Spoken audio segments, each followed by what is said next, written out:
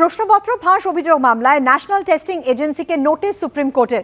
এনটিএ-কে notice পাঠিয়ে বিস্তারিত জবাব চাইল সুপ্রিম কোর্ট। তবে এখনই কাউন্সেলিং প্রক্রিয়ায় স্থগিতাদেশ দেওয়ার পক্ষে নয় সুপ্রিম কোর্ট।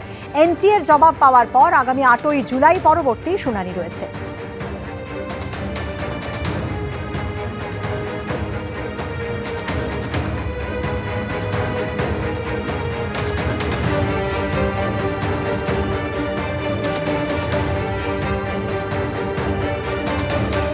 পার্ক স্ট্রিটে একেবারে পার্ক সেন্টারে বিধ্বংসী আগুন। পার্ক স্ট্রিট কামাক স্ট্রিটের সংযোগস্থল কালো ধোঁয়া একেবারে ঢেকে যায় পার্ক স্ট্রিটের মুখে। 1 বাই 1 কামাক স্ট্রিটের রেস্তোরাঁয় আগুন। আমাদের 3 প্রতিনিধি সরাসরি এই মুহূর্তে রয়েছে আমার সঙ্গে, হিন্দোল দে, ময়ূক ঠাকুর চক্রবর্তী এবং আবির দত্ত। আমি প্রথমে ময়ূকের কাছে চলে যাব। ময়ূক, প্রথমেই এই মুহূর্তের পরিস্থিতি জানতে চাইবো। দেখো, এই মুহূর্তে আমরা এখনো আমরা যে জায়গায় রয়েছি প্রচণ্ড ধোঁয়া রয়েছে, তবে আগের থেকে ধোঁয়া কিছুটা কম। আমাদের ক্যামেরা পার্সন উজ্জ্বল ঘোষ দেখাচ্ছে ছবিটা।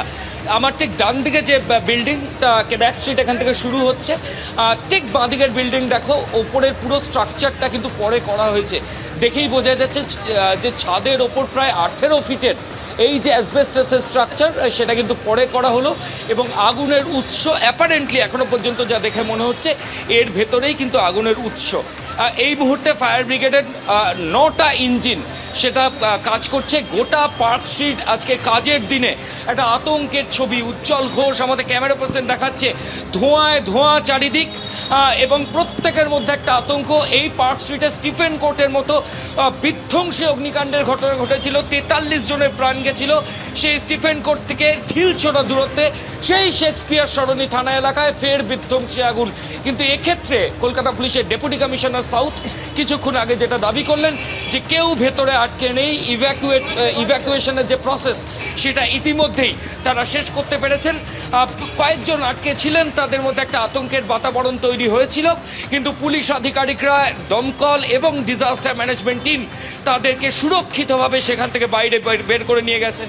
এই যে বিল্ডিং বহুতল, যেখানে অগ্নিকাণ্ডের ঘটনাতে ঠিক পাশের বিল্ডিং, এখানে রেস্তোরাঁ রয়েছে, অফিস রয়েছে এবং তার পাশাপাশি রেসিডেন্সিয়াল অর্থাৎ থাকার জায়গা রয়েছে, আবাসিকরা থাকেন।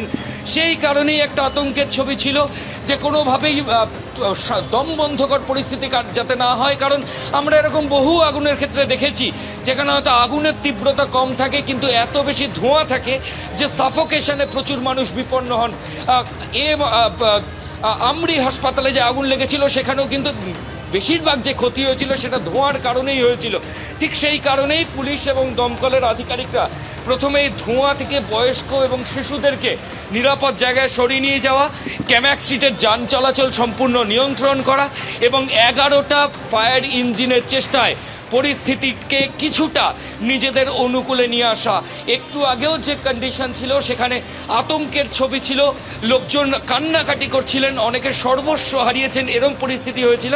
কিন্তু এখন যে ছবি, দমকল আগুনের উৎস বা সিট অফ ফায়ার সেটা তারা আইডেন্টিফাই করেছেন এবং সেখানে তারা লোক পাঠানোর চেষ্টা করছেন এই যে টিনের স্ট্রাকচারের ভেতরে।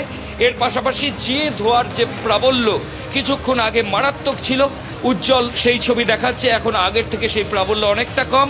দমকল কর্মীরা একের পর এক গাড়ি নিয়ে আসছেন। জলের একটা সমস্যা হয়, কিন্তু এক্ষেত্রে পর্যাপ্ত ইঞ্জিন চলে আসায় জলের পর্যাপ্ত ইঞ্জিন চলে আসে। 11টা ইঞ্জিন এই মুহূর্তে ঘটনাস্থলে রয়েছে। ময়ূক ঠাকুর চক্রবর্তী আমাদের প্রতিনিধি যেমন জানাচ্ছে।